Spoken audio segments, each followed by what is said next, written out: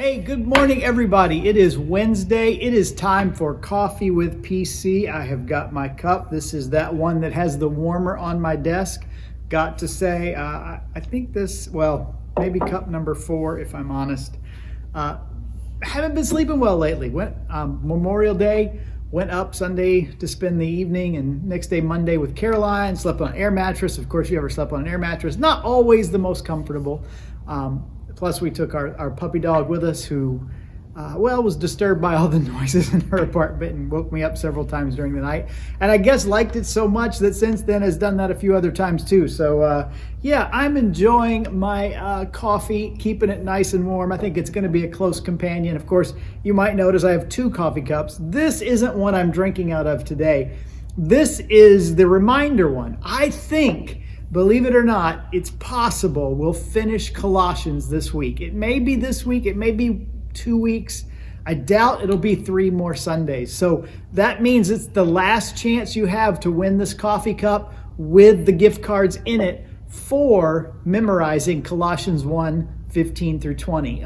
Worthwhile to do. I would probably extend a lot of grace. And if any point you came up to me and say, hey, Pastor, I've been working on it. I memorized it, PC, let me tell it to you. I'm sure we could handle it. But we said it would be during this series on Colossians. And we're getting pretty close to the end of it in the next week or 2, maybe this Sunday, maybe next. We'll just leave it at that. So I wanted to have that coffee cup reminder in addition to the one. Of course, the way I'm feeling, maybe I should fill both of them up and just really get some caffeine going there. I know that's maybe not the healthiest way, so we'll just try to get a better night's sleep the next few nights to make up for it. I also want to mention, if you were here Sunday or maybe you're on our mailing list, we've started putting out a newsletter. Barbara Brook is in our office. She's our new ministry assistant for the last month, a little over a month. And she last month in May and now in June. This is a jammed full newsletter. You know, you usually think in church world the summer gets slower and slower, but it looks like from this we just have a lot going on. So we'd love to let you know what's going on. You know, it's kind of got a calendar listing, the weekly particular things, and then special events on the back.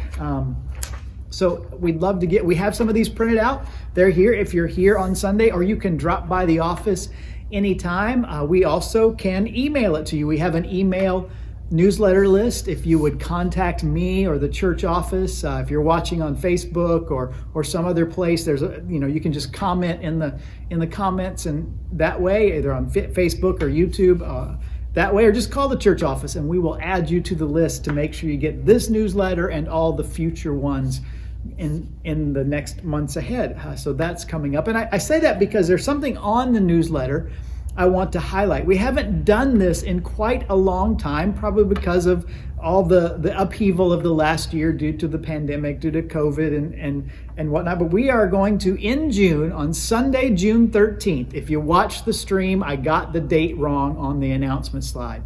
Sunday, June 13th. So not this Sunday, but a week from Sunday, we're having a membership class. This is for those who are new to our church, who are attending, who wonder, what does it mean, or how do you become a church member, or even am I a church member? So we'll go over the basics of what it means to be a member of our church, the requirements for it. We'll talk about the mission and vision for our church. Ultimately, we know we summarize it in those 3 words: knowing, growing, and going. And we'll talk about those, as well as how we as a church want to be a part of taking the good news of the gospel of Jesus Christ, certainly around our community, but even more than that, to the ends of the earth, around the world, and how through our church we try to do that, and how you can be a part of it. I've had conversations, when I talk about church membership over the last several years, and I think a lot of pastors have had these conversations. So I thought I'd take the few minutes we have this morning to sort of address that issue. Some people say, is church membership necessary? Or I've even had people wonder, is church membership biblical? Is it something in the Bible? And truthfully, we have to say there's no clear direction. You should, the thou shalt or thou shalt not. Thou shalt join a church.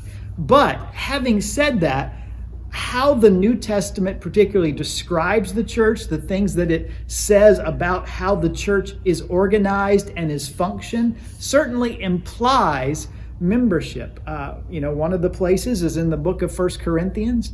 If I could go on the negative side, there's some things going on in the church at Corinth that Paul tells the leaders of the church they need to address. And in one section, he talks about there are those inside the church and those outside the church. In fact, Sunday, if you were a part of our sermon, we talked about outsiders. Paul in Colossians talks about we should act with wisdom. We should live wisely among outsiders, making the most of the time. The implication being there are those who are considered in the church, and in Corinth it was a matter we call church discipline of someone who was not living morally and needed to be approached about that and potentially excluded from the church. In some denominations or expressions of faith, it's called excommunication from the church. But even that implies there's some sort of formal reality that this is what it means to be a part of the church, and this is what it means to not be a part of the church. So there's lots of places like that would imply that idea, but also just in general. And these are some things we'll cover briefly today, but we'll talk about and have a chance to ask questions if you're curious about it in our membership class on June 13th. There's also the pictures in the New Testament about the church. There are actually three analogies that I think of off the top of my head. There may be some more you can pick at, but here's three. One is the idea that the church is a flock led by a shepherd. Now, if you're thinking of the analogy of in Jesus's day, he's the good shepherd who lays down his life for the sheep, John chapter 10. Pastor is the word, I'm PC, Pastor Charles. The word pastor comes from the Greek word poimen. It comes out of that, which means shepherd of the people in the church. And so it's an image that comes right out of Jesus's teaching and Jesus's words and it's applied to the church, that the church is the flock. And so you would know any good shepherd, right, knows his flock, knows how many sheep are in his flock. Jesus even tells a parable about a shepherd who had 100 sheep, 99 were fine, one got lost. He went and chased down the one. Why? Because he knew this is my flock. These are the people that are part of it. And if flock is an analogy for church, then the same thing could apply. A second analogy the Bible uses, the church is a building. We are, as Christians, living stones that are built together into this building that is the church. The foundation is Jesus Christ, and we are built into it. And so the idea is you're a part of something. You have a place in something. You belong to something. And the third analogy is right out of Corinthians, actually 1 Corinthians chapter 12. It's the church is a body. In fact, the one place we see the word member, although it doesn't mean church member as we're talking about it, but it's used in some translations, is in 1 Corinthians 12:12. Just as the body, though one, has many members or many parts of the body, but all of its members form one body, so it is with Christ, that we're baptized into one spirit, he goes on, but there's different parts or different members of the body. Verse 15, now if the foot should say, because I am not a hand, I do not belong to the body, it would not for that reason stop being a part of the body. And if the ear should say, because I am not an eye, I do not belong to the body, it would not for that reason stop being a part of the body. The point being that each part of the body is necessary, has a function, has a place, and is identified and is interdependent with all of the other parts of the body. He talks about if the whole body were an eye, where would the sense of hearing be? We all have different places. So these analogies imply there's structure, there's purpose, there's organization, and there's even leadership, shepherds, as it were, in the church. Now, I know some people at that point object, but yeah, this is about the church universal. We often make that distinction, right? The big C church. Everybody, everywhere of all time who have ever placed their faith in Jesus Christ are part of the church, universal. But while that is true, and that would be in mind in parts of the New Testament, usually when you see the word church used in the New Testament, It's in relation to a specific group of believers in a specific place. We would call it a local church or a little c church. In fact, we're studying the book of Colossians on Sunday morning. Paul wrote the letter to the church that's at the city of Colossae.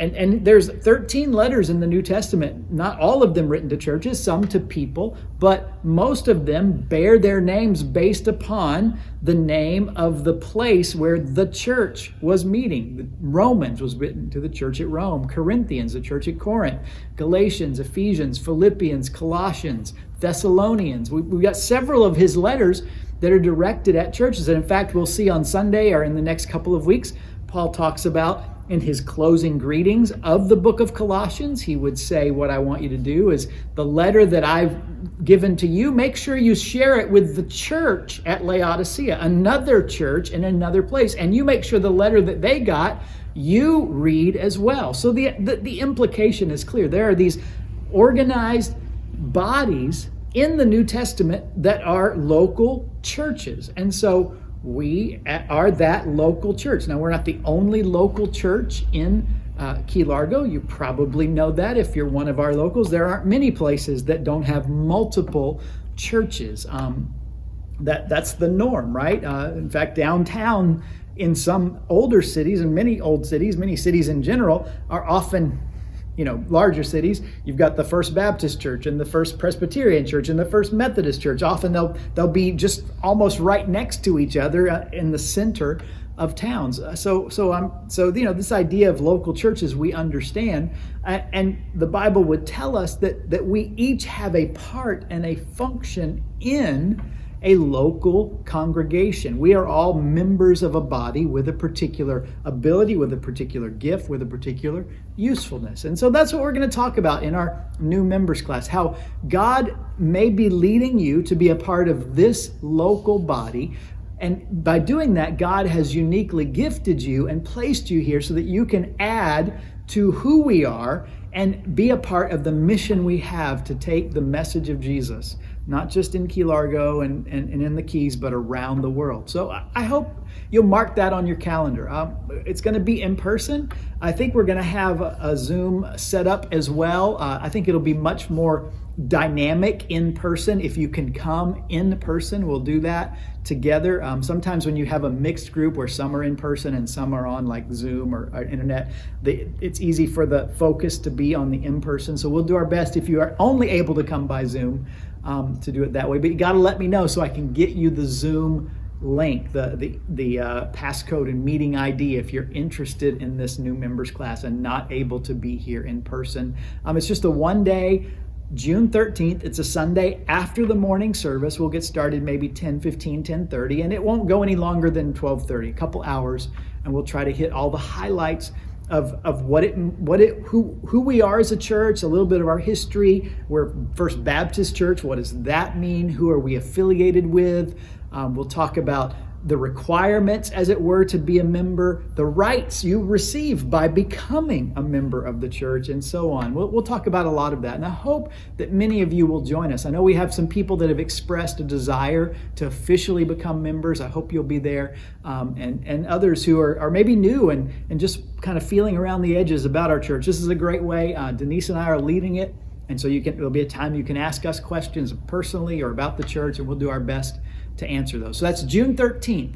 Love to have you be a part of that. Again, lots of other things going on in June. And if you want to get this newsletter and our future newsletters, let us know. We'll add you to our email subscription list so you just automatically get those updates, or you can pick one up in person.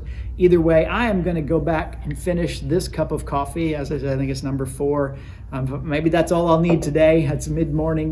Maybe I won't need to go to 5 or 6. Hope not.